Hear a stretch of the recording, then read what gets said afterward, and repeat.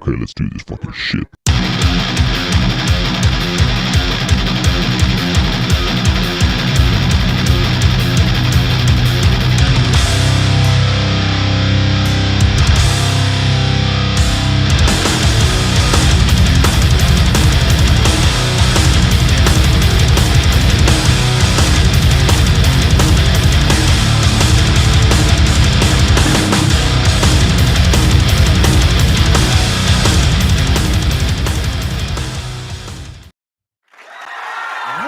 What's up, y'all? Welcome to another episode of Shitting Ringside. Sorry, Bro, that's okay. Every time I listen to that intro song, bro, I get pumped up. Yeah, me too, man. It makes me forget about the Canadian in our midst. Fuck you. Showing, Sorry, showing, Sergeant Slaughter. yeah. All right, Then you fellas. can do Well, it. this Then you can is do it. Shitting Ringside. We are in episode number 199. Next week, we got the big 200. Tonight's going to be a good episode. We have a special guest, a returning guest, Mr. Eugene Robinson. He is always fun to have on the show. We will have him on here in the next few minutes. But before we go on to the episode, let's give a quick shout out to HKA USA. Go to hkusa.com. Show your support. They show support to Fight Book MMA and to a lot of fighters. Try to say that 10,000 times.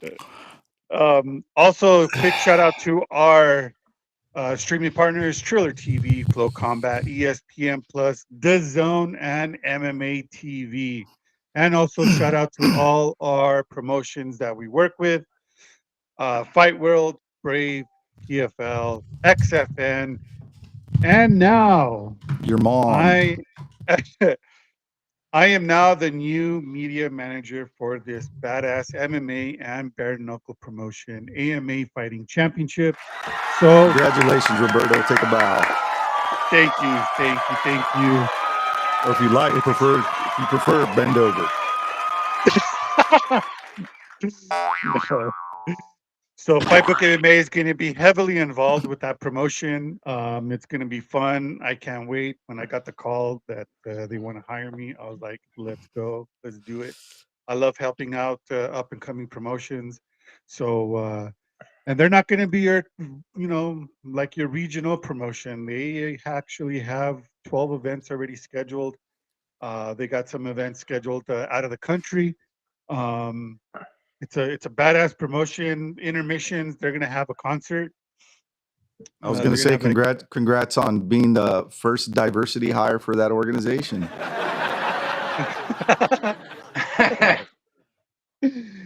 So it's gonna be cool. I'm gonna be they're gonna be having me out on their events covering since I'm the media guy. So it's gonna be fun. So shout out to AMA Fighting Championship and to everybody that's there. So they're inclusive. They hired this Mexican. They did.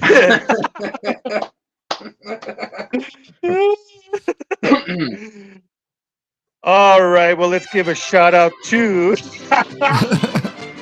Give a shout out to that music, bro. Ole. Viva Mexico, cabrones. Yeah.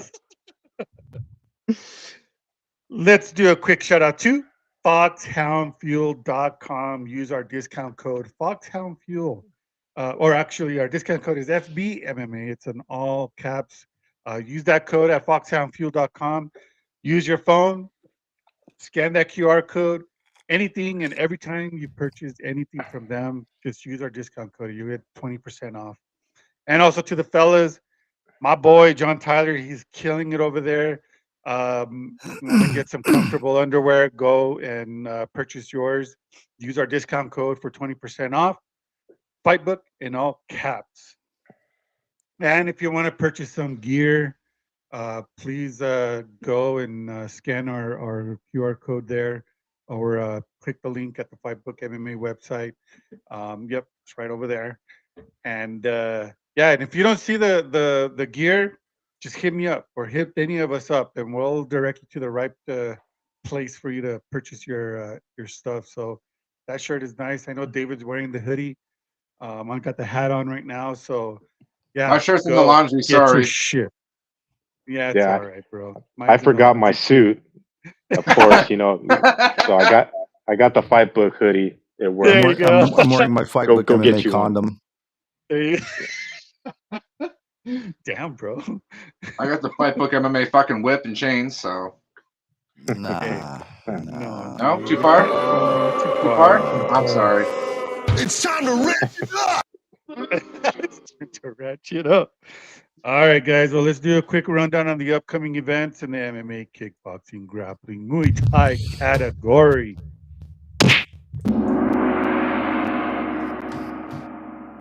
Tomorrow, live on Fightbook MMA, we have one Friday Fights 48. That's going to be a banger of a show.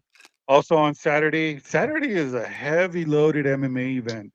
We have UAE Warriors 46, Extreme Kickboxing New Era. That's going to be streaming live at the website. Also, Centurion FC 17, another kickboxing event. That's also live at the website. And of course, UFC 297. Then on Sunday, UAE Warriors 47. So they got two shows back to back. Nice. That's going to be pretty badass. In the boxing bare knuckle slap fighting category on Friday. Is slap fighting on tomorrow? No, Power slap? no, they're Power slap? They're not. They're No, that Friday event's not this Friday, right? no. I think it's no. next Friday, if I'm Next Friday? not mistaken. All right. So this Friday we in Quintana Roo, Mexico, we have David Cuellar Contreras versus Pablo Ariel Gomez. They're gonna Damn, those are some pretty Mexican names. Yes, sir. Those are my my primos. Those are my primos.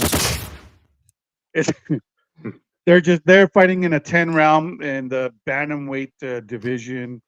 Also on Saturday, we have Alliance Boxing, Blake Anderson versus Nieto Camera. That's going to be live on Fightbook MMA. Then on ESPN Plus in Liverpool, it's going to be a title fight.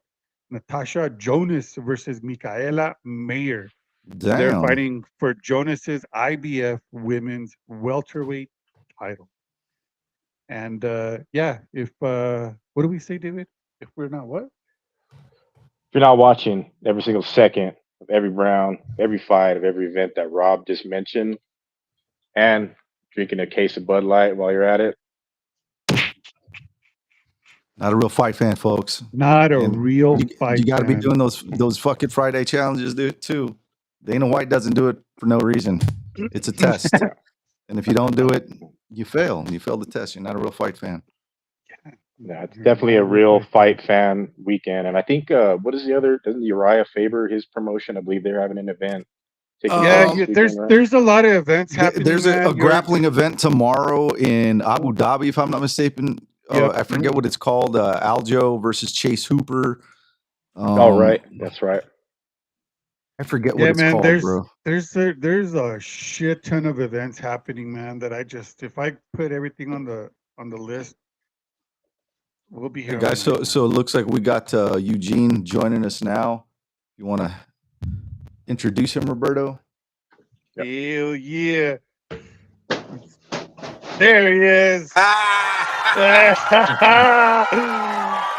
we have the one and only our brother from another mother, Mr. Eugene Robinson. What's up, bro? Hey, it took me long enough to get back, but I'm glad to be back. I look like with these eyeglass things. I look like Dracula, man.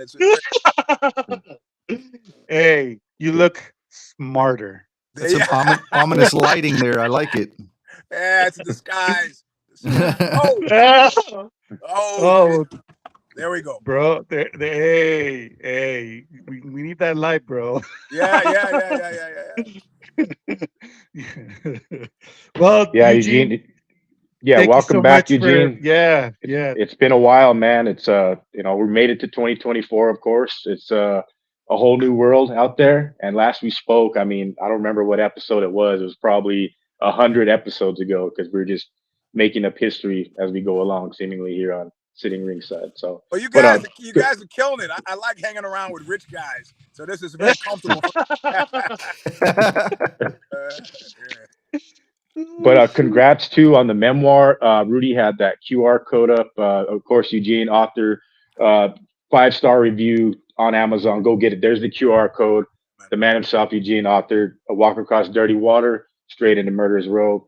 Congrats on the success of that, man. Hey, it was worth it just to be able to tell the world about the size of Henry Rollins' penis. So, sorry. I realize I'm not in jiu-jitsu now. Oh, shit, that's hilarious. But definitely a good read. I recommend everybody that's watching and or listening get a copy of it. And if you do want, Eugene, do you do the signed copies too as well? Or how would Man. somebody? Yeah. Okay. Send it to me. I'll sign it. Send it back. Easy.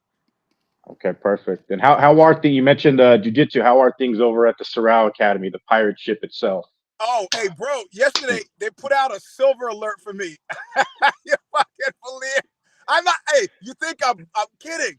Like there was some like screw up with my wife in communication, and so she called Sorrel like at 9 o'clock, crying like, "Where is Eugene? Where is Eugene? I haven't seen him. I don't know what happened to him." Like I got home late from band practice, and I get up 6 a.m. to go to jiu-jitsu.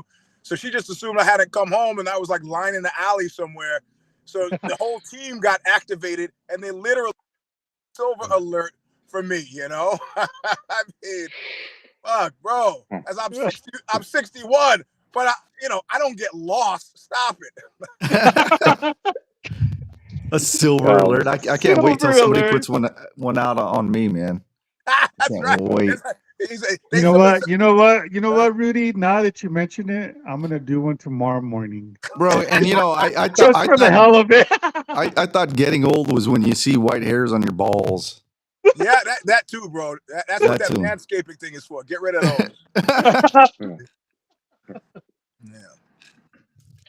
But yeah, Eugene, of course, I'm glad, pleasure to have you on again. Thanks for making the time. We are going to start the show. I mean, we will get to UFC 297, do some picks, predictions. I do miss the Care Don't Care. Eugene, I was always a forever listener of that show. We'll kind of do our version of it here tonight, UFC 297. But reverting back to last weekend's card, I do want to talk about the main event with Ankalaev, Johnny Walker. My picks were terrible. I picked Johnny Walker. He is a Gikta. Eugene, is he a Gikta? I mean, yeah, but man. Ankalaev. Yeah. Guy I can't trust anymore. And that with him happened for the simple fact of putting the cart in front of the horse. You know, he's got that it factor, and everybody, he does the worm, and he does. Yeah, bro, maybe you wait a little bit on that, since they're not going to do for him what they did for O'Malley, which was, he's got a little bit of it. Let's give him a bunch of tomato cans and rob him with bad judges. Rob other guys, give him good, judges' decisions. So they pick and choose who they want to fix. And he just didn't realize, bro, Brazilian whose English is bad, you're probably not going to get that fix like O'Malley, So win fights and then we can talk. But that's done. That's done. Yeah, and a lot of people think, on Kylev, the matchup that I guess is supposed to happen for UFC 300, we still only have 9 fights slated, is the Alex Pereira fight. Alex Pereira actually showed up at the UFC 297 conference, right, Rudy, today? Yeah. So he made an appearance there. Alex Pereira is seemingly everywhere. So I don't know if you caught the conference, Eugene or Rob or Mark, if you guys watched or listened to any of the media. It was kind of trash, but yeah. I enjoyed the hell out of it. But on the lines of Ankalaev, though, is that the matchup to make? Would that be a proper headlining a UFC 300 card? I've always been a hater, but these days my haterage is nuclear powered. I mean, No, I mean honestly, like we're sitting here amongst ourselves. We would be entertained by it, but am I gonna fuck up my Saturday night for it? I mean, that's the real. Am I gonna get up and walk across the room, ignore my wife, maybe not my kid, sit and watch it? Nah, hey, I'll read about it the next day or I'll watch it on some stream. I'm not. They always talked about must see TV. There are very few must see fights anymore, and it was destroyed single handedly by the Baldwins. Single handedly. I mean, because you can see it now that they've released all these documents. That Lloyd Price idea that nobody here. Fighters come and go. You're the man. He took that and ran with it, and fundamentally crippled what should have been a healthy organization, right? Like I don't know who runs the NBA, but stars happen in the NBA whether that person puts them up front or not. Not the same with the UFC, not at all, and not the same. I mean, it should be simple. How do you get to the front of the line? You win. That's the guy. Those are the guys you want to see, but that's not what's happened. Why do I even know who O'Malley is? I'm sorry to re-legislate or re-adjudicate this thing, but he didn't beat Jan. Sorry. No, come on, man. And Cheeto beat him too. Yes. Yes. I've never been an O'Malley fan. I'll not deny his skill. I mean, the guy's got talent, obviously, but I don't know the way they, like you said, they fed him tomato cans, and it's just one of those cases where you see this guy just he believes the hype, he believes his own hype, and I don't like it, man. I think he's gonna get a bad wake up call real soon. Well, he's what I like to call an if, and they got a few of those now. Influencer fighters, they bring people with them, so they become valuable. That Patty and Meatball have a TV show now. It's like, get the fuck. Oh, you know what? You should have been doing that years ago. When you had Keith Jardine and guys who actually, Oleg Toktarov, who can actually act, but that wasn't part of the plan. I mean, O'Malley. Somebody made the case for O'Malley. The only case for O'Malley that made was, "Hey, I'm from Montana. Not a lot of cool stuff happens to us here. Let's give it to him." Okay, O'Malley as a Montana stan, I can accept that, But and I also like the fact that sometimes he proves himself not to be a company guy and he sticks his finger in the eye of the oopsie. But that justifies for them screwing over fighters because they don't like it. He's calling John a prick. I understand calling John a prick from a personal level, but a professional level, he's just doing. Come on, man. Come on. Yeah, and like you said a few times, Eugene, that what they basically are coming out and saying that they prefer fighters over a barrel, and there's not many stars left. Like they're running out of stars. Like they keep moving the needle, like you say, with the John Jones sweepstakes. You got Conor McGregor out there who's apparently signed a BKFC deal with his beer, and he's doing other things outside of the cage, making tons of money. But as far as the stars in the UFC, that's why I'm reverting back to Kylev. I mean, Alex Pereira is pretty much a superstar. I mean, he's up there. He's on his way. But on Kylev, could he beat one of those guys like Khabib? That's what I'm saying. Like, is that a proper matchup at UFC 300? I think it can be just because of Pereira. But it's, again, the 205 division. Since Jones has left, what do we have here? I think on Kylev, it's the best fighting the best. And that's what I like to see. And I think that's what a lot of the hardcores and us on this panel like to see. Yeah, that's true. I mean, but if you let's not to go historical and get weird about it, but you drop the needle at any point, and at any point, any year, and I'd venture a guess that there's 6 names that we would all know right now, and that's more than we have. Like like Ankalaev, but bro, I'm not breaking the bank for that, especially given the price structure of that stuff. I mean, some of us actually pay to watch them. Well, I don't know who those are, but some people out there pay for it. I don't either. They're called bars, Eugene. Did everybody, because I had to rewatch the prelims, of course, for Ankalaev and Walker, but Eugene, did you watch it through and through? Because I know the Jim Miller thing, like the fight with Gabriel Benitez, you're sort of in a dogfight, and then he's getting the quick turnaround against Bobby Green. There's a DC out there saying that Jim Miller is not a Hall of Fame Jim Miller. DC is kind of a hater, but I mean, who are you going to put it? Like, is Diego Sanchez in the Hall of Fame yet? I don't think so, but Jim Miller, I guess. What do you guys thoughts? Well, is Hall of Fame about endurance, or is there a special place we could carve out for endurance? Because I would give it to Miller for, I mean, that's like the Emmitt Smith Award. It's not so much that the guy achieved greatness every single time, but that he did so over a long period of time, and in that way, it's significant. Yeah, that's a good point, because I mean he already did UFC 100, he did UFC 200. Yep. Now he's doing UFC 300, and that's what he wanted. He's been saying that since UFC 100, that he's been wanting to do all these number cards.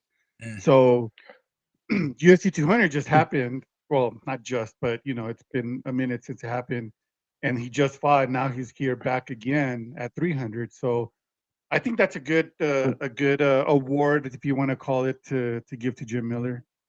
Yeah, for longevity purpose. I mean, for sure, there's nobody else. No one else can say that. But like I said, I mentioned Diego Sanchez. Like, he was never the champion. He fought for the title, but he was the original OG, first tough winner. So in my opinion, Diego Sanchez is a Hall of Famer of the UFC. So and bro, but Jim Miller.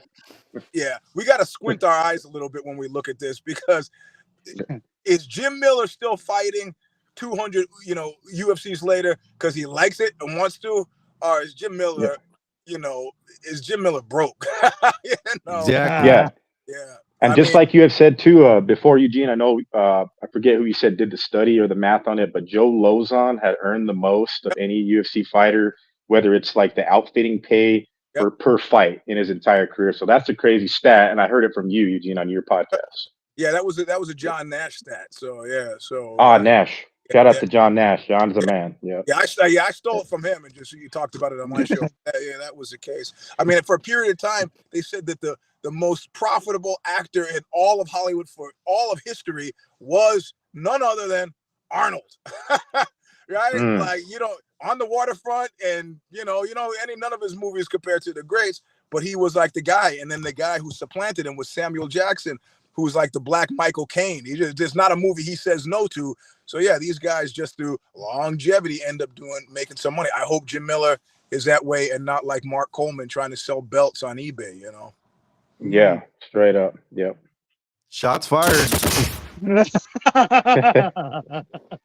I think it's a little weird to give somebody who hasn't retired yet a Hall of Fame award. That's just me. I mean, I just think it's weird. We're going to give a guy who's still actively fighting in the organization a Hall of Fame award. I would say give it to him after he retires. Yep. That's 100% right, because the guy could stink up the joint really fast. He does it, and that's not a good look, right? What do you think the odds are of Jim Miller retiring, hanging it up that night? Oh man, I 50, I think.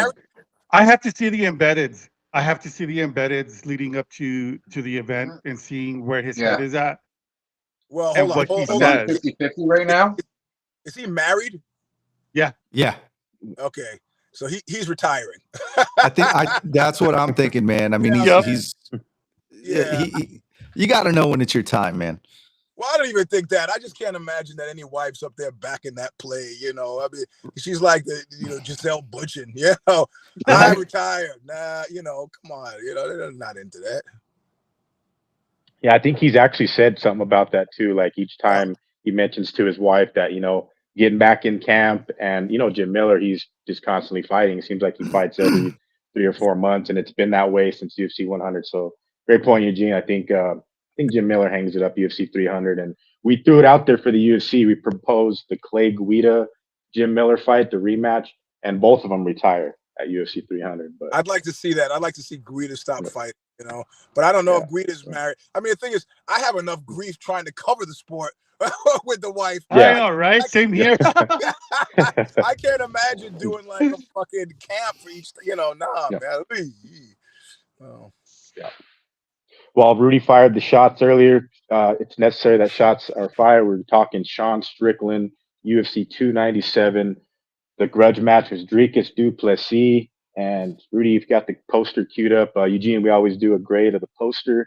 Last week's poster was completely awful. They started the year off pretty shitty, but I think like this one, man. It looks like a Blade Runner. Yeah, it looks like a Blade Runner feel to it. Yeah. Yeah. It looks I like a dig movie it, man. poster. Yeah. Yeah, It yeah. does. It does. It looks just like them. And that's one of my things that I always tell the guys here. If you want to sell a pay-per-view or you want to promote something, make your posters like a movie poster. Yep. Mhm.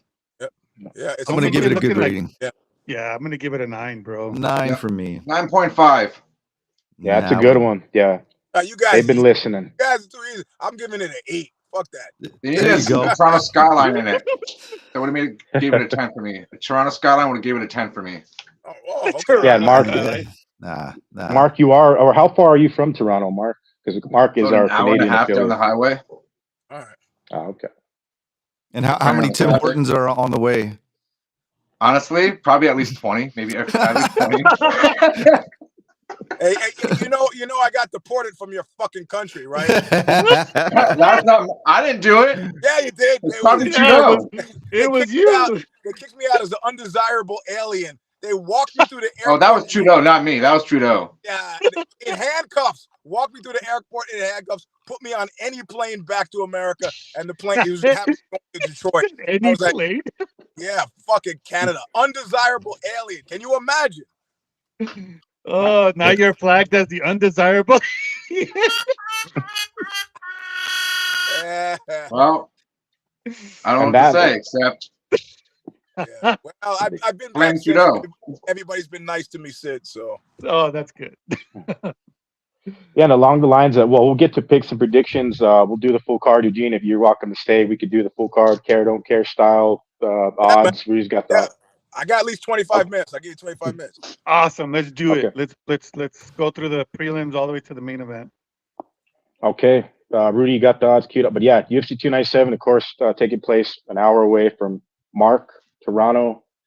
And we're kicking this fight card off with the known associate of the show. He's been on the show, Jimmy Flick versus Malcolm Gordon, men's flyweight. And I think it's a good match. I mean, both guys are, well, Jimmy Flick definitely going, heavy grappling in this fight. And man, his takedown defense has got to be on point too, because Malcolm Gordon can be dangerous. Both got great cardio.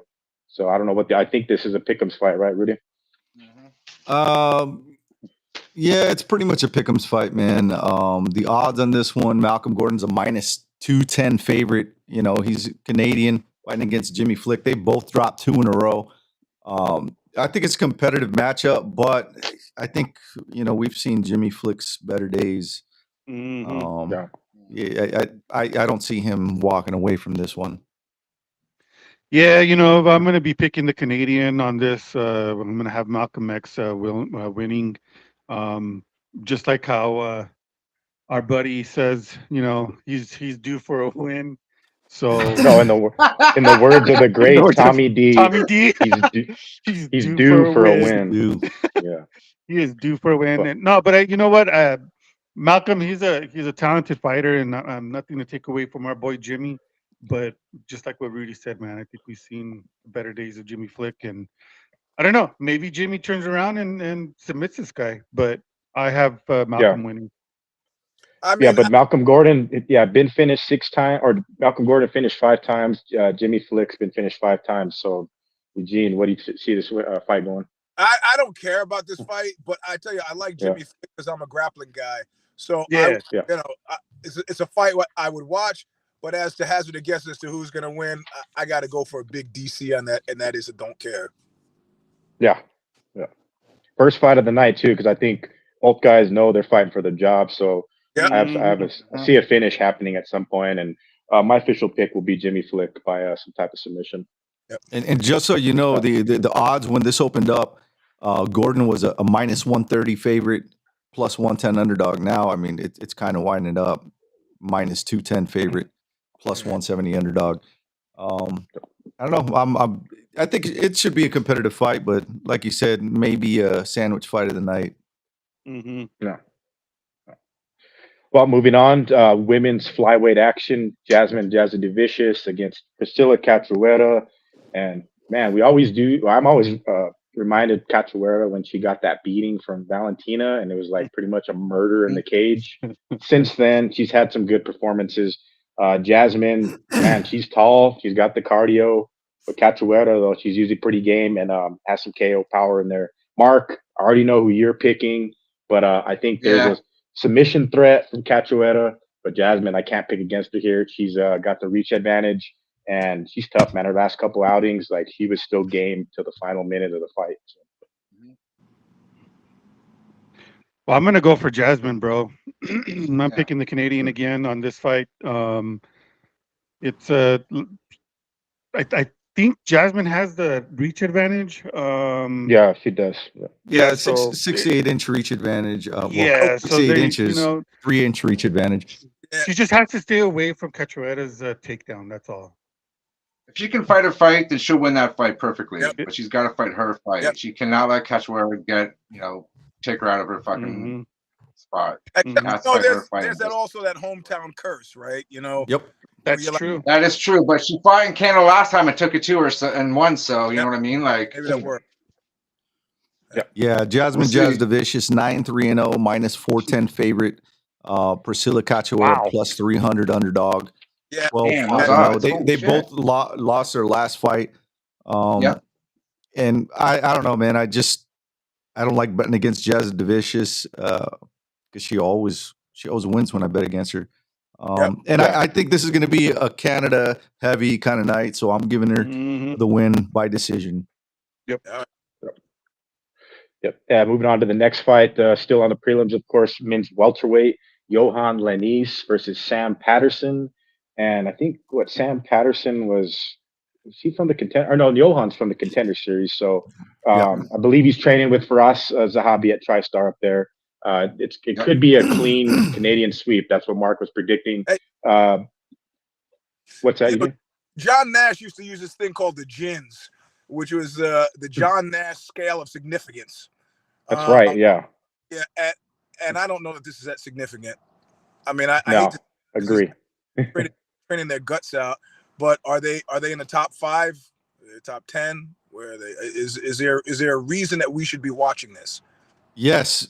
Yeah. And I'll tell you why. Young and hungry. No, Johan Lenice is the Canadian Jake Shields. He does look like him. Look at this motherfucker, dude. Okay, all right. I'll bid for that. Oh my God, bro! I can see it now.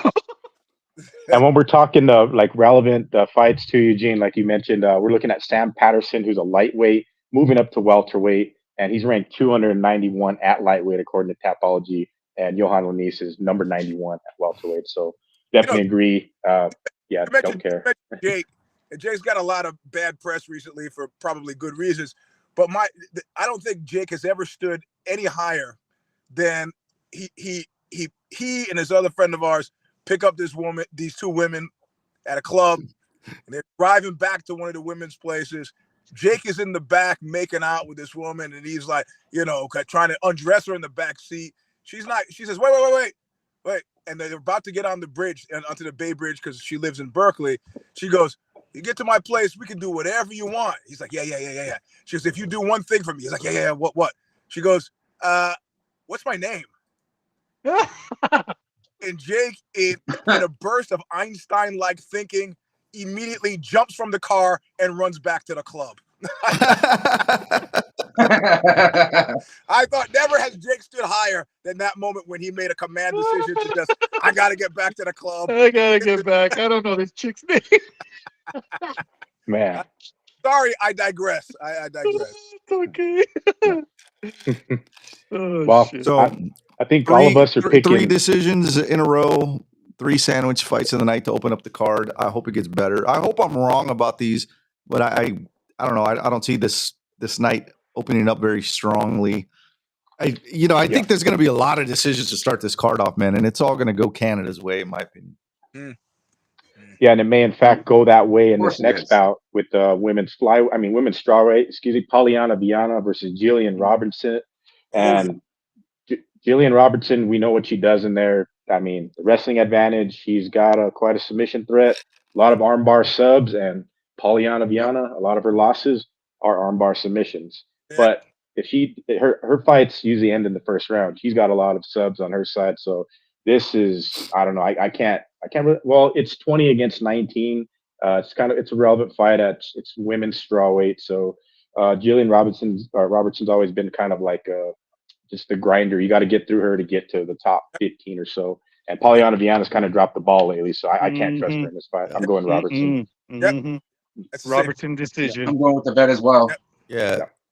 Yeah, Jillian Robertson minus 200 favorite, plus 165 underdog for Polyana Viana. They both again lost their last fights, so they're coming in looking to bounce back. And I don't know, man. Like I said, I just don't see this being a night that's going to be bad for Canadians. So I think they built this card around these Canadians for a reason. So I'm definitely going Jillian Robertson by decision. Yeah.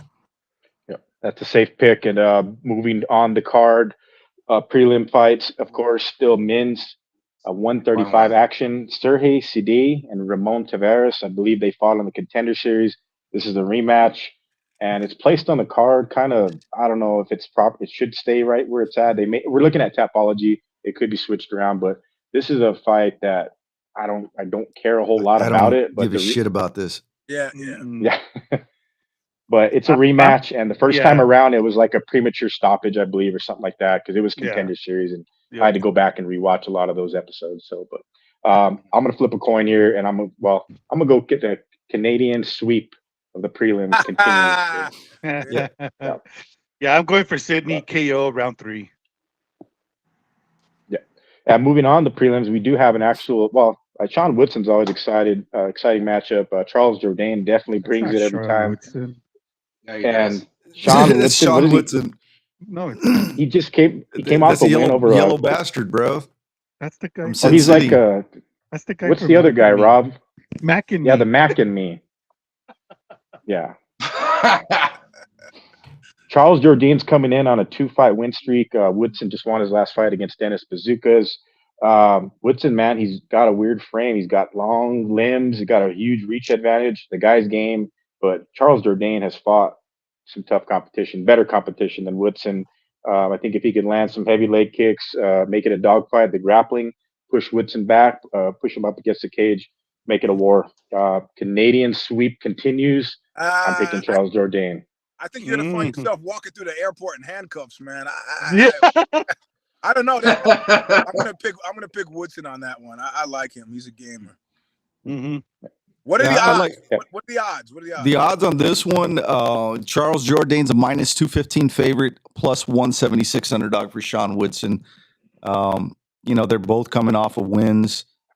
And I don't know, man. I like Charles Jourdain, but after seeing some of the shit he's posting on Twitter, I'm just like, bro. And what he said at the press conference, I was just like, what the hell? That's why lube is important, kids. And then he posted some shit about this is what he put. I'll share this for you guys.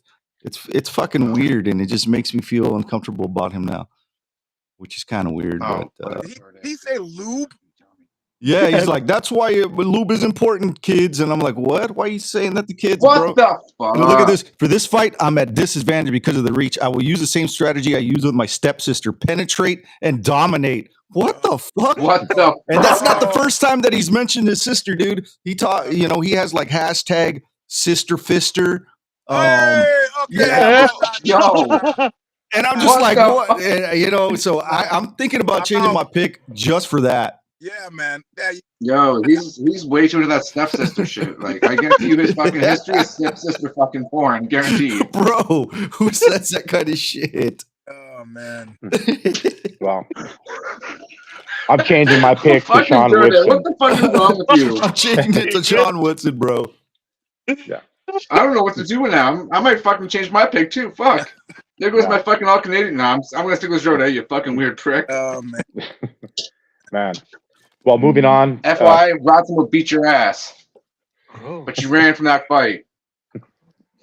Moving on to prelims, the headliner of the prelims, always exciting, the former Brave CF champion Brad Katona, who's won tough not once, but twice. And the guy is just a grinder, man, a cardio machine, veteran. Dude, this guy is a badass. And then you got Garrett Armfield, who's kind of just there, right? But the guy has good stand-up. He better have the submission defense. I think this is some type. Well, this fight is going to probably be a grappling match. You know, what I mean, It's and a Brad Katona decision. shines. Yeah, Brad Katona shines in 3-round fights, and he doesn't really have a lot of finishes. But I think a finish may present itself here. But ultimately, Brad Katona by decision is going to be my pick. Superman is gonna beat the shit out of this Armfield guy. Yeah, I man. wouldn't say beat the shit. Maybe smother him. Yeah, I Gotta think he's stop gonna it. take it. It's gonna go all 3 rounds, and it's gonna be an easy decision. Well, I don't want to say easy, but it's gonna be a decision win for Superman. Yeah, I've always been Eugene, a fan of Care, his, Brad. so Nah, I got no cares. You say grappling match, and my ears perk up, but then I remember if I wasn't here, I could be at jiu-jitsu. So that's where I'd rather be. But Yeah, because Katona's got to be the heavy favorite, right? In that one, Rudy. mhm. Yeah, for oh sure. yeah, bro. Okay. Brad Katona is definitely the favorite on this fight. Okay. Well, kicking off the main card, Arnold Allen versus Mosfar Evloev. Rudy, you've been high on Mosfar for a while now, and the guy is still undefeated, 17-0. This is his fight to really, break the top 5, top 3-ish, and get into title talks, right? This fight. super significant fight. Yep. Yeah, Movsar Evloev, 17-0, like you said, minus 165 favorite. Going up against Arnold Allen, plus 135, slight underdog. Lost his last fight, unanimous decision win to Max Holloway. Nothing to be ashamed of. I don't know, man. Just the body language, watching them at the press conference, it's kind of weird, man. Arnold Allen looked a little more intimidating, in my opinion. Looked bigger than Evloev, and Evloev just. I've seen him get caught. He recovers well, but I've seen him get clipped. And I'm thinking about switching my pickup, man. And I'm depending on how the weigh-ins go tomorrow. I want to see the face-offs, see how they look. But I think I might be switching on over to Arnold Allen, man. Yeah. Eugene, who you Okay. got? See, I want to go for Arnold Allen, but my ass is still sore from the Neil Magny effect. You know? Like I'm a big Arnold Allen stan. Like I find myself saying, he could pull us off, but I recognize that kind of talk is coming out of me in the Neil Magny zone. It's more hope and dream, a thought and a prayer than it is any real fight analysis. Right. I think Evloev was going to win it, and he would be my pick. But that being said, if Allen wins, I'll say that I picked him to begin with, and I'll just say that you guys were lying. I'm picking Evloev for decision win. Yep. Yeah, premier matchup. This is the true test. Get through Arnold Allen. I think Evloev gets a pretty high level, maybe a main event slot next in his next fight for sure. And that's an opener for the main card, by the way. Yeah. And moving on the main card, a man we're familiar with, Mr. Chris Curtis against Mark Andre Barriault. And Chris Curtis, I think, man, how old is Chris now? Was he 36, 38? 36. 36. Okay, let me start by saying that this card is full of Gictas. And Chris Curtis is a Gicta. Well, hold on. We got some echoing. Or is he a gift? Oh yeah, he is a gick because I don't know how many times he's screwed up my tapology, but I think it's a really serious standard. That means that's a guy I can't trust anymore. Yeah. Like, never again. The fact that I don't think that about him means he's probably got me and was probably a gicta. You know what? He fights to me like a guy who trains a lot. You know what I mean? He fights like he's training. With a certain amount of fire, but it just and Strickland, who his boy, they have I think similar. These guys just train all the time, and they don't. I mean, for their heads, it's probably really good, but it's for the win record not that great. But you know what? Yeah. Like Lucy and Charlie Brown, the football, I'm gonna pick them because I dig dude. So. Yeah, Chris Curtis is probably the favorite in this fight. I think the Andre Barriault, though, he's got. This might be. I don't know. He shines when he's in the pocket. So if he wants to trade with Chris Curtis, I think Chris could probably catch him. Though I think my official pick would probably be KO TKO. Chris, he needs a big finish. He needs a good win, and I think Barriault is the matchup here because Calvin Gastelum thing, his previous matchups, they're kind of weird, and I don't know. That wasn't his night, but I know this time around, his boy Strickland headlining the card, they want to come out and show out because a lot of those guys at Extreme Couture been doing pretty damn good things lately. So Yeah, man. Chris Curtis, minus 165 favorite. Marc-Andre Barrial plus 140 underdog, which is kind of weird considering he's a Canadian on his home turf, younger guy. Doesn't have nearly as many fights as Chris Curtis, but the Action Man is an Action Man for a reason. This is a hard pick for me, man, but like I said, I think this is going to be a very Canada intense event, so I'm going to go with Barrial by decision. You're out of your mind. Hey, before we get ahead with the fight card, I just want to get onto the comments and say that Emmett says Eugene is a real G. So the compliment on you, Eugene, and that the 2024 is Allen's breakout year. So he's gonna get herpes. Hope not. I hope not. But yeah, just wanted to get that out of the way. All right, next up. Yeah, moving on, the main card. Speaking of the Gicta of all Gictas, Eugene, I brought it up for a reason. Here he is, Neil Magny versus Mike Mallet. I'm out. I won't be fooled again. I will not be fooled again. No way. Go ahead. You guys talk about it. I'm out. I'm picking Mallet for submission win, round 2. And then Neil Magny is going to screw up your picks and win by a knockout. I hope Neil Magny wins, bro. I really do, man. I love Neil. We're friends on Facebook. I met him in person. Such a nice guy. But man, hey, if you're at a casino and you're up like with the chips and Neil Magny walks by, like immediately need to leave the casino, right? He's the cooler. That's right, man. He will fuck up your picks no matter what. Oh God. Man, Mike Mallet is a first round fighter. He's got plenty of finishes in the first round.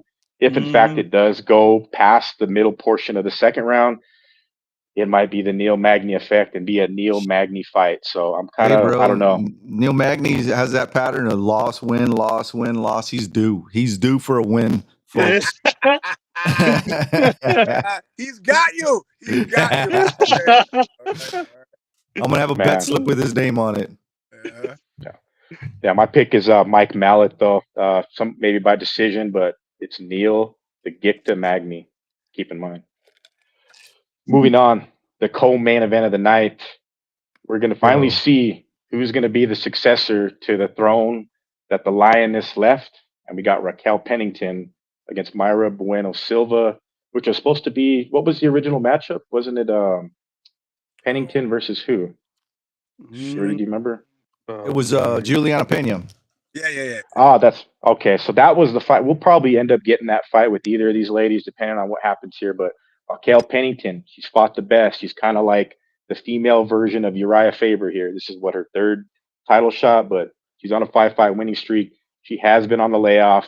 Mayra Bueno Silva is just dangerous everywhere. This is I don't know what the odds are, but it's a tough fight to call here. I don't really have a good read on it. Yeah, minus 170 favorite for Mayra Bueno Silva, plus 140 underdog for Raquel Pennington. Rocky's been on quite the streak, man.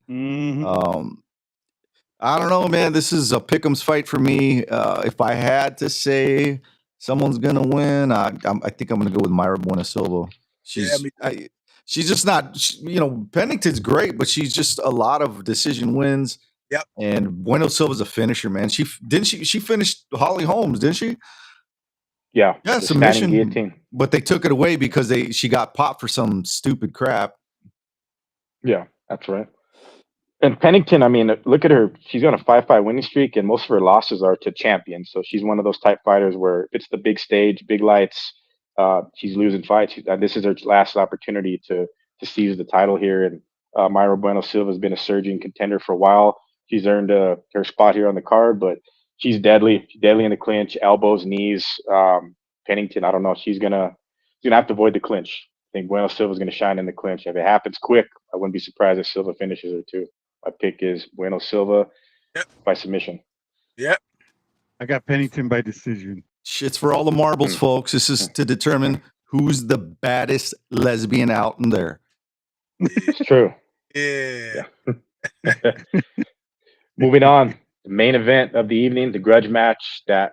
We do want the Izzy fight for either of these guys. Sean Strickland, I don't know if he gets the rematch. If he does win, Dricus du Plessis. They kind of, what did they do? They called it a truce, right? And they just toned it down a little bit.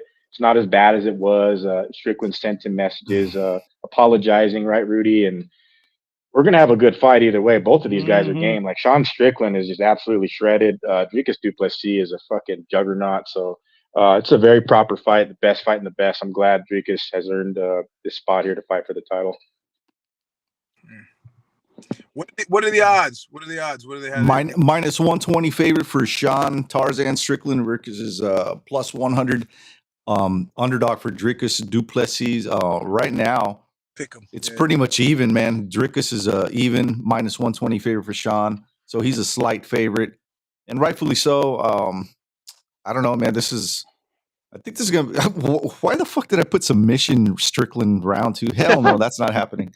It's gonna be Strickland via decision. Yep. That's my hope. Realistically, Dricus, I think, I don't know, man. He's a finisher, bro, and he's a hitter. If he gets taken past the second round, good luck. The reach matchup? 76-inch reach for both of them. They're both 6'1", 76-inch reach advantage. So it's pretty much they're clones, man. They're clones of each other. I don't know.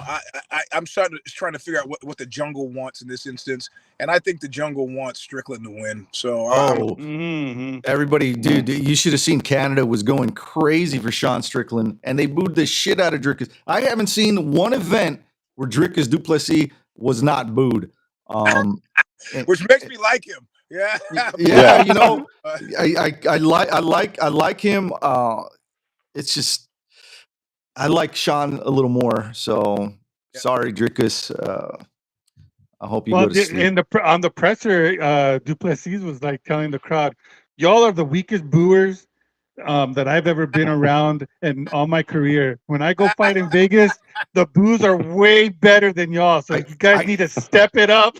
I really didn't like his body language, man. During that whole presser, he looked like he was holding so much back, and he looked so uncomfortable, man. So fucking uncomfortable every time Sean would talk or they would ask a question.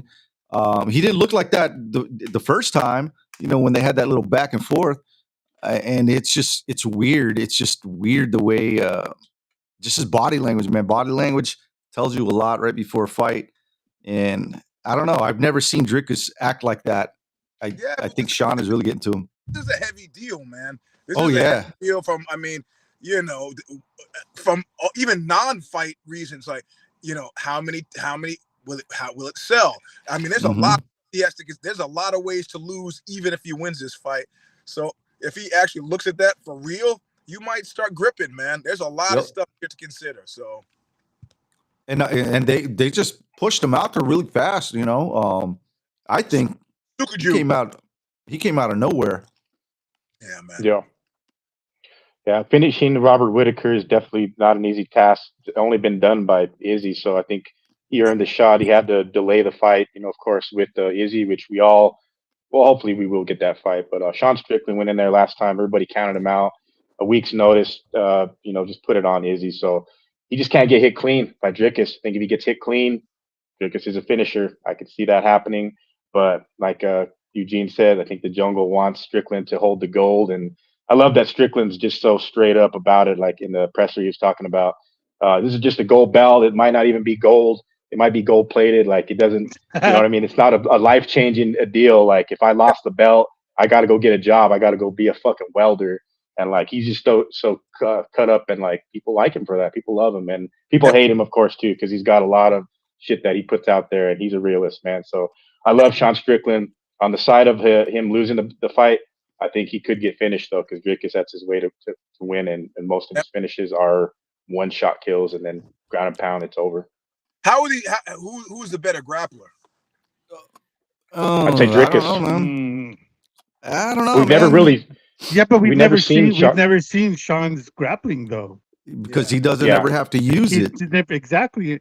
And during the embedded, his coach even said, hopefully we now get to see Sean's grappling techniques. And I don't think we're going to see a lot of grappling. These guys want to stand and bang. They want to stand and bang, bro. They want to stand and bang. Or at least that's what they're alluding to. But you never know, man. They might just throw a curveball and say, fuck it. I need to win this fight. Yeah, that's a smart money move. Not playing games with you. I got to win. Like when Randy Couture took on James Toney, everybody thought, oh, we're going to see a boxer versus an MMA boxer. Oh, I love that. I'll never forget that shit. I remember James Toney was tapping in the air. He was just like, oh, shit. He didn't know what to do. It was such so good. I was making fun of that. I was like, Toney got ankle picked. And then I think I had a competition the next week, and I lost ankle pick.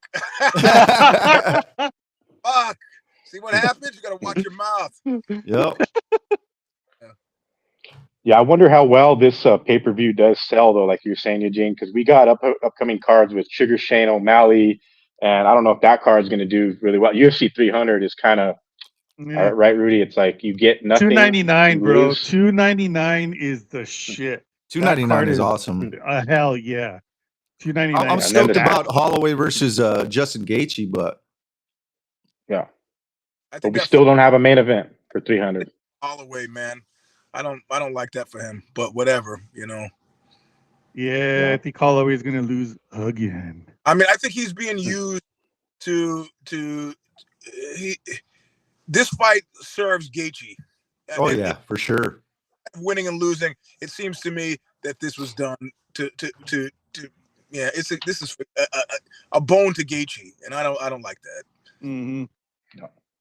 And it's Max Holloway. He's a legend. We know he's taken absorbed the most strikes in UFC history, given he is, a guy that's just not an easy finish, always an exciting fighter. Fought the best. Probably win it.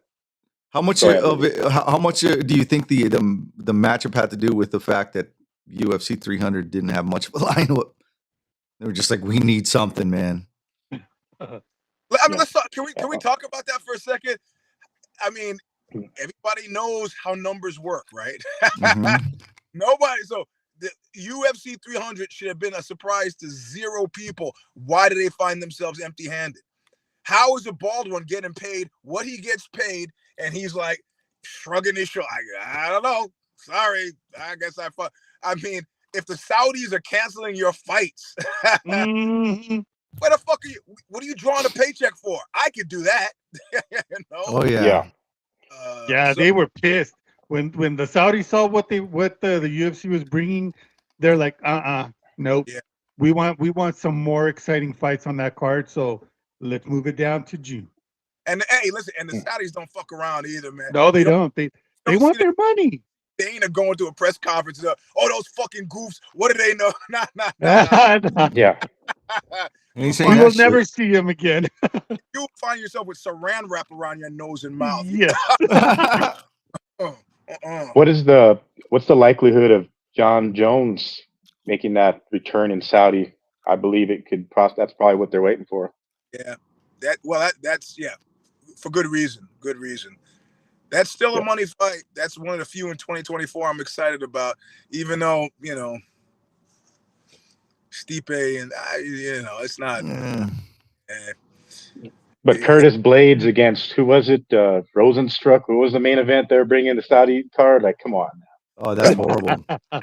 That's probably why they said nope. They're like Arabia doesn't mean we're stupid. They're like, we got WWE under control. We got golf. We got everything else. But the UFC, you want to bring us that crap? We can just go to Francis Ngannou and Anthony Joshua. We could push that, and that's that's what they're doing. Yep. Yeah. And that's the fight I'm excited about. Oh yeah, for sure, man. Yeah. Mm-hmm. But yeah, UFC 297. I have a feeling it's not going to do well pay-per-view buys at all. Do not think. Yeah. Well, supposedly it's a sellout. It's a sellout stadium. It's a sellout arena. It's a sellout arena. But that doesn't mean shit when it comes to pay-per-view buys. Exactly. And because we have all the live streams. I was going to respond to that comment with a universal jerk off sign. Sold out. They're just sold out, my friend. There you go.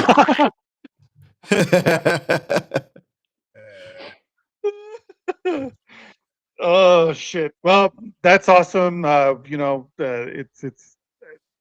awesome that it's a sellout crowd, but whatever, we all know that Canada, the they always pay-per-view, show up but big though. it's exactly they do. And we don't have Patty Pimblett fighting on this card Fuck out of here. or Molly McCain, which is good. I don't know if I was supposed to laugh at that, but that shit's funny. Okay. Hey, well, Yeah. Eugene, thank you again for showing up and joining us tonight. I want to Hell just yeah. let everybody know about your book again, A Walk Across Dirty Water and Straighten the Murderer's Row. If you scan this QR code, it's going to take you straight to his Amazon page. You can purchase his book. Thank you. Definitely check it out, folks. All right, you guys. Thanks for having me. Thanks, brother. We'll Yes, get sir. you on next one. Next time. All right. Bye-bye. All right. Yeah, bye. thank you, Eugene. All right, folks. Oh, dude, I love Eugene. Eugene's awesome, man. He is. He's such a cool guy, man. Usually we sit down and talk to him about his life and other things because he's a very interesting guy. He knows a lot of people. Yeah. He's been around everywhere. He has his own band. Yeah. Dude is a real stud, man. Got Mhm. stories for days. So that was pretty cool that he stuck around and shoot the shit with us regards to the fights. Hell yeah. Yeah, And oh, we Mark could- with we his could do- fucking echoing. Are you there, Canada? I'm here. Fucking hell. Well, I don't know what to tell you, bro. Yeah. Like Oh, you had that's what maple echoing syrup in either. your ears. What the heck, Mark? Yeah. the hell? What the heck? I apologize, guys. It's all good. Oh, Well, guys, But of course, It's that though, since we time. started out the show a little bit different. Eugene jumped on. We did the picks first, and now it's time for Rudy. some outside the cage news. Outside the Cage News. We touched on a little bit of outside the cage news with Eugene. Of course, we had to hit a couple of them topics, but right off the top, just like we were discussing, the UFC Saudi card postponed. Dana pissed, but like Eugene said, the guy's just getting. I mean, he still remains the biggest star in the UFC, right? No matter what. I've said it since 2010, Rob. Since as long as we've known each other, that's probably one of the first things I told you. And anybody that's Yep. listened to this show that knows me, he's still. I mean, but still, Saudi's like, fuck you. We're moving this shit to June. You better give us John Jones or nothing, right? Exactly, bro. He's the biggest star of the UFC. He will always be the biggest star of the UFC. And yeah, I mean, when I saw that the Saudis said, nope, try again. We're going to push the event a couple months down. Bring us some stars. We need this card to deliver. And Now, what do you? it is Yeah. kind of. It's fucking embarrassing, bro. I mean, Yeah, well, sometimes shit's kinda Dana out of your wants control. that. Yeah, Dana wants that Saudi money, but how are you going to do that if you're not going to deliver? Well, Yeah, and you I think can't- he you was can't probably- control. You can't control if fighters get hurt or some shit. Some shit's out of your Sure. control.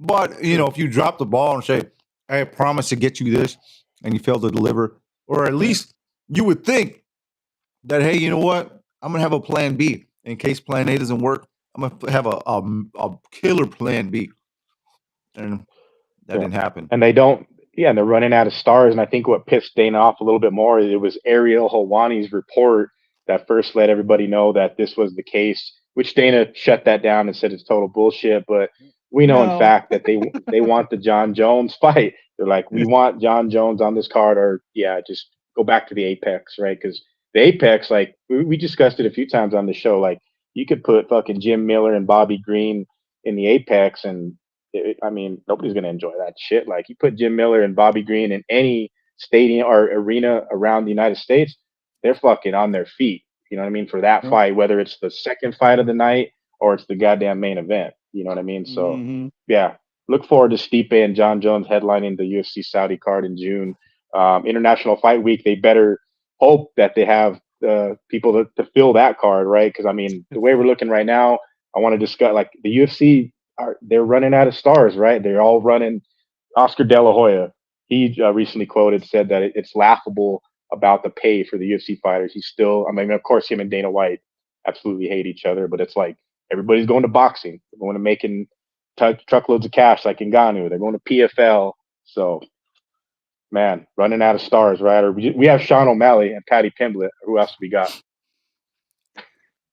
Myra Bueno Silva. Oh yeah, well, ask Sean Strickland that. Yeah. No. But yeah, that shirt he wore too is pretty epic, like to the presser as well. Oh, It's yeah. just Sean's just in full. Well, it's not a character. That's the thing about Sean though. That's just him. So Yeah. But UFC 300. About the matchups though, we did call the Bobby Green Jim Miller fight, did we not? Did I not Yes, say we that did. fight was supposed to happen? Okay. Yep. Thank you. We Thank you. called it there, and then they're listening. We know you're listening, UFC.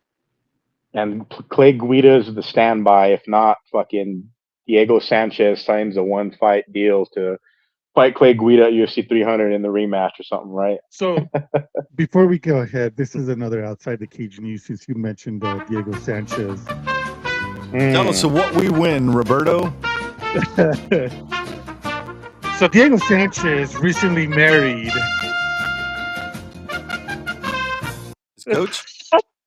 That song just threw me off, bro. No, he recently married the Hall of Fame legend Johnny Tapia and Johnny his wife. Tapia's wife, bro. What?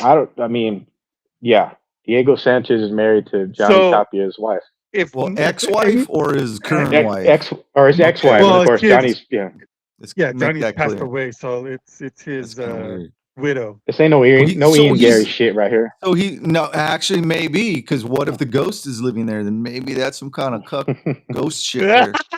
I'll do some ghost hunting. Hey, bro, if you're married to some woman whose ex-husband's still around in the basement haunting your house, you're still cucked, bro. I mean, if a real, you know what? I gotta say, a real man, they call up a priest and say, "I need a fucking exorcism. I need you to get this Ian Gary cuck out of my basement right now. This is my wife." Okay, Sean Strickland. That dude comes out of nowhere, man. Yeah, but very necessary though. Sean just says what I'm thinking. So thank you, Sean, for being my mental mouthpiece. Jesus Christ. So them being married, supposedly they're going to start bringing a lot more boxing here to New Mexico. Big things are coming, is what they said. I'm like, well, boxing's good too, because I mean, BKFC, they just come too much to New Mexico. They just keep coming back. And on the topic of BK, on that topic though, I hate to even mention them, but I got to mention them because Conor McGregor signed a deal with BKFC. No, he's not fighting. He's not fighting Mike Perry, but the Forged Stout is the official beer of BKFC.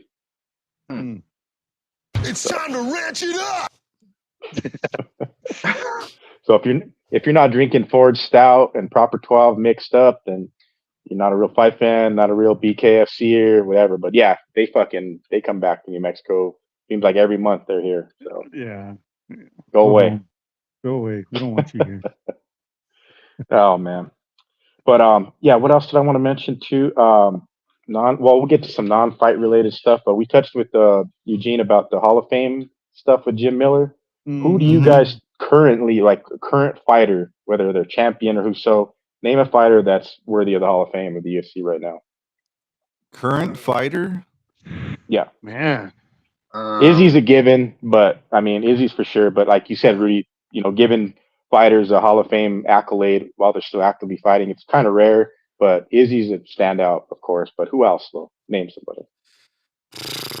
I don't know, man. It's not like how it was before, Max? like 10, 15 years ago, Max where we Holloway? were able to say, oh, so-and-so should be a Hall of Famer, blah, blah, blah. But yeah, nowadays, you know what? it's like, Max is definitely one. I mean, he's almost out the door. Kukui, he's another one. He's almost out the door. These guys are, they're getting ready to retire. Once they retire, I'd say I'm all for it. But right now, I'm not comfortable giving an award to somebody who's still fighting. I don't care how long you've been fighting in there. Emmett says Alex Pereira. I mean, maybe when he retires. Yeah, just from what he's done, like in his Oh, from career, what Yeah. he's he done has, so far, yeah. Right? Mhm. yeah, yeah, because he's probably, I mean, I don't, he's not fighting forever. Like he's on the, what is he, 35, 36, and the guy's He's been on in the hu- older side of hundreds the of 30s. fights. Dude, he's Just been like around fucking ever, man. I mean, look at his kickboxing career. It's like, Mhm. and Izzy's career, Izzy had over like 100 fights in the Mhm. kickboxing before he became the UFC fighter, MMA fighter. But Mhm. Izzy's the given. Stipe, of course, John Jones. There's not many out there unless fucking, or I guess Volk. Volk's a pretty good candidate Yeah, too, right? Yeah. Give Volk, Volkanovski for sure. yeah. And of course, Diego. I mean, and Yeah.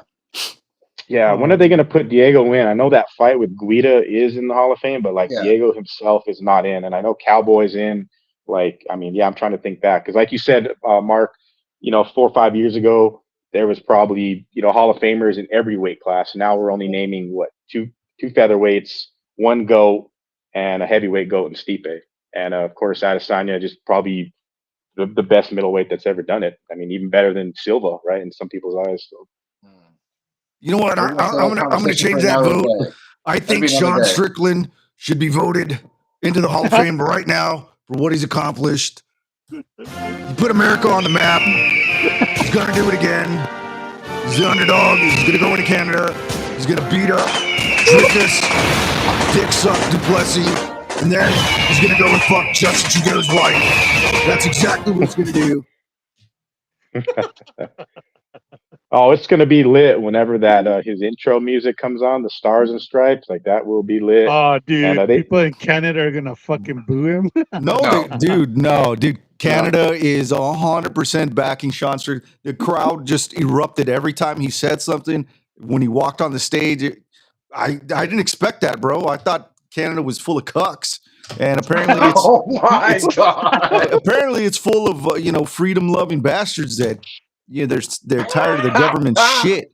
They're tired of the government shit, just like we're tired of our government shit. Just like everybody in the Western world is tired of their government's bullshit. All right, so I may not agree with everything Sean says, but I agree with him on one thing: MMA has a bunch of pussies asking questions. How do these motherfuckers get press passes to go and ask? I don't understand. They're going in asking professional fighters how they feel about something they said that made someone feel bad. Like, get the fuck out of here, bro. Nobody wants to talk about, you bring the shit up and then you already know what he's gonna say, and then you act surprised when he says it. Like that just seems like bait. That's bait. It's stupid and it's just low info type shit, bro. Bro, Anik, our boy Anik, he was telling me that on the phone, over the phone. He was like, there's all these reporters at PFL, not just the UFC, but at PFL, which I'm pretty sure it's the same fucking people that are asking these questions. These same damn reporters. He's like, I don't understand how these guys get these media credentials, and they're asking the most stupidest, random questions, not thinking or smart. Their thought process is not there to ask relevant questions, not questions that are gonna be like, like you said, Rudy, how do you feel? Well, no, who gives a shit? If you look at Anik's videos on his IG when he covers for Fight Book, dude, his questions are fucking amazing, and the fighters they get on their feels, and the PR people they'll be like, dude, that question was a badass question.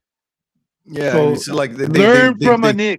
Learn from Anik. They take no pride in what they're doing, bro. They just want they no, want to they get don't. fucking clicks.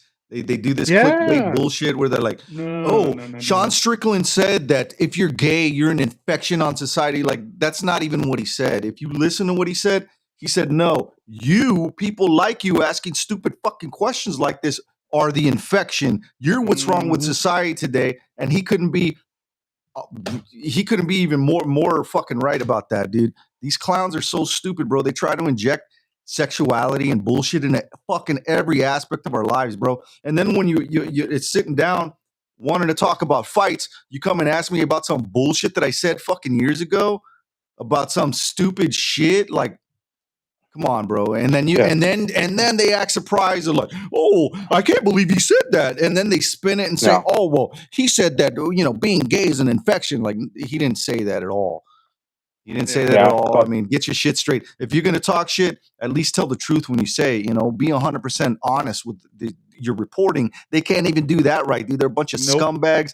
Fuck those media whores. I don't know how they get in there. You know, and you would think that someone like Dana White would say, you know what? I'm putting a stop to this shit. I'm not going to let these clowns come in here anymore. We're going to get people who really like doing this kind of shit, people who dedicate their lives to it, people like Fight Book MMA. Exactly. Yeah, Exactly. seeing that. That's like goes along the lines of like Ariel Helwani. Like there was a period of like covering MMA where everybody wanted to be the next Ariel, and Ariel just keeps it true. I mean, he's kind of annoying. He's a troll lately, but I think he had a little conversation where he was pissed off with Bryce Mitchell bringing up guns and stuff on his show. But Ariel just wants to keep it pure, you know, talk about fights and like that's what it's really all about. But it is the same old schmoes at the same fucking conference, and then when it's like a big numbered card in Vegas, it's just a bunch of fanboys who want to like have a sound bite and whatever and go viral on fucking TikTok or some And shit and, like and that. that's the But thing, bro. Some of these guys, yeah, they're not even fanboys, bro. They're not real fight fans at all. They're asking stupid questions about, you know, why did you say these things about Myra Bueno Silva being a lesbian? Like, who cares, man? People can't take a fucking joke. Like, it's a fucking joke, yeah, people. Like, get the fuck over it. Get over your fucking feelings, man. You're fucking weak. You are weak fucking people. Weak fucking men. Weak men create hard times. Hard times create strong men. And unfortunately, we're going down the path where these weak men are making hard times for fucking everybody because they can't shut the Mhm. fuck up about their fucking feelings. And I'm sick of it, bro. yeah, I think a lot of people are yeah. sick of that shit. Like, nobody cares who you want to fuck. No one cares about your sexual preferences. Nobody cares about your pronouns. Just be cool with everybody, you know? Like, Yeah. honestly, I don't care, bro. I don't care what you want to I do in don't your need. personal life. Keep it behind. Yeah, it's called a private life for a reason, you know? I can't go Mhm. around, you know, talking about, you know, hey, me and my wife, you should have seen last night, eh? Hey, imagine if I did that shit. Imagine if I walked into my job and did that shit. Hey, that's my sexual preference. You can't tell me something about me. Fucking my wifey. I'm a People, man. no, I, people, I, I, get, I would be fired on the spot. Mhm. no, people care too much these days, right? They care. That's the problem, right? And I don't think Yeah. they even care, bro. They're just like kind of programmed to say these stupid ass things and my Oh yeah, feelings, you hundred know, and percent. just like, you know what? If you've spent half of this time, you know, focusing on yourself and improving yourself in your life, you wouldn't be so fucking miserable that you get so pissed off about words. Yeah. Fuck Yeah, out of And here. and that's something different about our show too, is we welcome everyone. We want everyone on our show. We don't care your sexual preference. We I don't give a don't. shit. We want yeah. We've you as been a doing. we want you on our show because we like what you do inside the cage, outside the cage, whatever it is that you do. But we don't, gay or not, what color Yeah, you are. We don't race. We don't. and we've been That's doing this shit for a long time. And I know there's been like I've seen recent podcasts that are, I guess, somewhat new, where they try to do shows on Thursdays. Like we've been doing this shit on Thursdays since the beginning. So like, you're welcome. We know you. We inspired many out there, even though you don't want to show us love. We know you're listening. We know you're watching. It's been this way for a long time, and it's going to stay that way beyond 2024. Absolutely, because yeah, it's we're making up history as we go along. And the more Sean Stricklands and Eugene S. Robinsons we have in this world, which are last of a dying breed, the world would be a better place, right? Yeah. Hey, they're called men, bro. We're called men. And yeah. it's time for Yeah. men to stop being ashamed about being men. You know, there's nothing wrong with being a man and being confident in who you are and then confident in Yeah. you know, in what you say and what you believe in. And I'm just tired of bowing down to fucking stupid people. I've never been like that, bro. I don't give a fuck.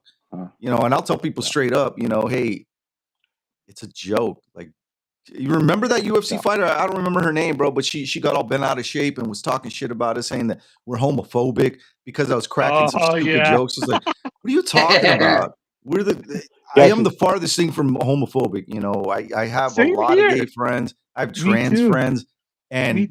Me they too. don't, you know, they they're like minded. They think the way I do. Like, keep this shit away from kids. Keep this shit out of public. I don't want people peering into my private life. I don't want people looking at me that way. They don't need to know that shit about me, you know? And that's the way it should be. And And the nobody thing wants is to too hear is like about that. we've done a show that's been uncut, unfiltered since the inception, and as of late, like every podcast is pretty much uncut, uncensored. They want clickbait shit, like you said, Rudy, and they become like stuff that shit that we've done. It's happened, with the UFC matchmaking, whatever. But like that was you talked about, Rudy, that female fighter. That was like the offended era. Like it was like a year and a half where everybody was just offended by everything. Oh yeah, And it's dude. like, what do you? Oh my god. It's like, what do you? Like, are we all supposed to be sitting here in a suit and we're interviewing a fighter because we want a name from a fighter? It's like we're Fight Book MMA. We cover everything combat sports. We show love. You love us. We love you, and it's been that way for a while. So like, yeah, we inspired y'all out there. You're welcome. Yeah, you're welcome. Outside the Cage News will be a whole new show in the later months of 2024. I promise you. So, Yes. but before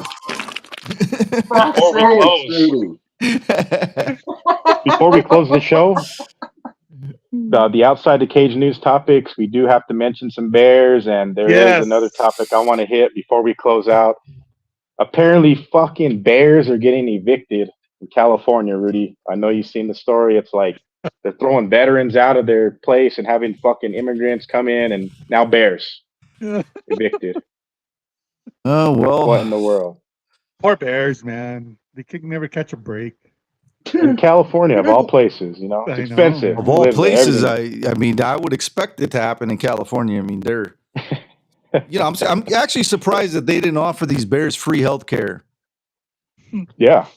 Get them taken care of, Huge bear evicted from California home. Like, come on, folks.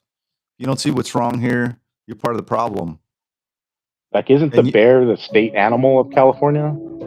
It's not only the state animal of California, it's actually the grizzly bear. And what makes this story even worse is that this bear is a black bear. So not only is it racist, it's just bear-phobic, and I don't like it. I'm offended. California, bastards. California, man, they crossed the line, bro. California crossed the line. Making their making their people drink their pee and fucking toilet water, and now we got Bears getting evicted. So I don't know what's next. That's fucked up. Oh, look, a bear removed from North Lake Tahoe home after trying to hibernate in a crawl space. Like, he's just trying to hibernate, people. Yeah, let him do it. Let him do his thing. Like, what the hell? Let him sleep. Yeah. Just let him sleep. Yeah, he's tired. We got a problem in America, folks. It's called bear phobia. Please. Bear phobia. Yeah, you don't hear anything about polar bears. The white bears getting kicked out of anywhere, do you? It's just the browns and the blacks. Oh my fucking god! Yeah.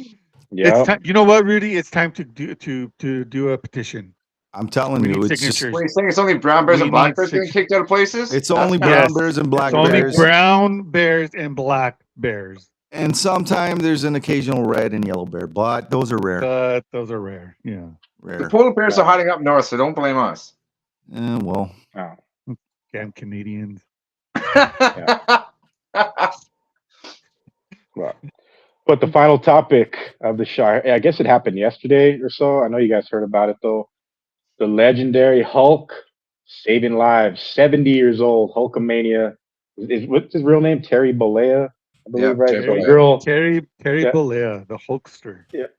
Yeah, a girl crashes her car in Florida, and who comes to the rescue? None other than the immortal Hulk Hogan. Did he rip his shirt off? Let me tell you something, brother. I saw this car, it flipped over, and I was like, whoa, is that a car? And then I just ripped my shirt off, and I saved this bitch.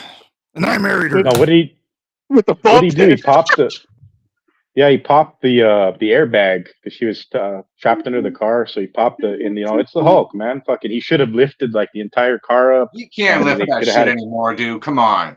Yeah. Yeah, of course. But did he rip his shirt off? That's what I want to know. He probably isn't that did. one of the? Yeah, we need video, fucking poses and everything. We need a fucking video of this situation. Yeah, I'm not buying it, bro. If he ripped his shirt off, that's fucking amazing. There's gonna be a video of the song playing with him doing the fucking stuff. Watch, guarantee that's me on TikTok. but still doing legendary That would be things at badass. 70 years old. The legendary mortal Hulk Hogan. What can you say? That's a great rescue, and shout out to Hulk. All right. We'd love to have you on. Here's another weird topic before we change gears. Strange red sores on Donald Trump's hand mystifies the internet, then they disappear. Look at that, folks. I don't know what that is. People were saying it was syphilis, but anybody with a half a fucking brain would realize that's from golf. Anybody who plays golf would know what that is. No. It's not syphilis, No. folks. So stop That's being not from dumbasses. That's not from playing golf. That's from playing golf, bro. No. I play golf. You're Dude, He is gripping that. Bro, he is. Do you know how gripping much it golf way this too guy hard. plays? Do you know how much? He's an old man. This guy plays 2 sets of golf every single day, bro. 2 18-hole rounds of golf. You know every what? single You day. know what? It's because his blood circulation is not that great. Probably. That's why you see the red spots, and then when he lifts his hand up and it goes away, not a lot of blood circulation. Well, I blame Joe Biden. So. And Yeah, the for Bears. sure. That's why It's all the Bears, bro. Look, we're getting rid of the Bears. We're gonna get rid of all the black and brown Bears. That's how I got this on my hand. I got this disease on my hand from the Bears. So we got to get rid of all the Bears. We got to send them all back. All of them. We're gonna round them up. We're gonna go big. It's gonna be big. We're gonna build that. Sean Strickland for president 2024. For vice president. Yeah, run with Trump for sure, right? We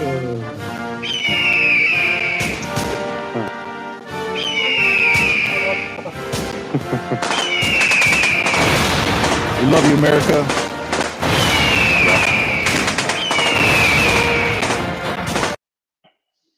I think that's a proper ending right there, right, Rob?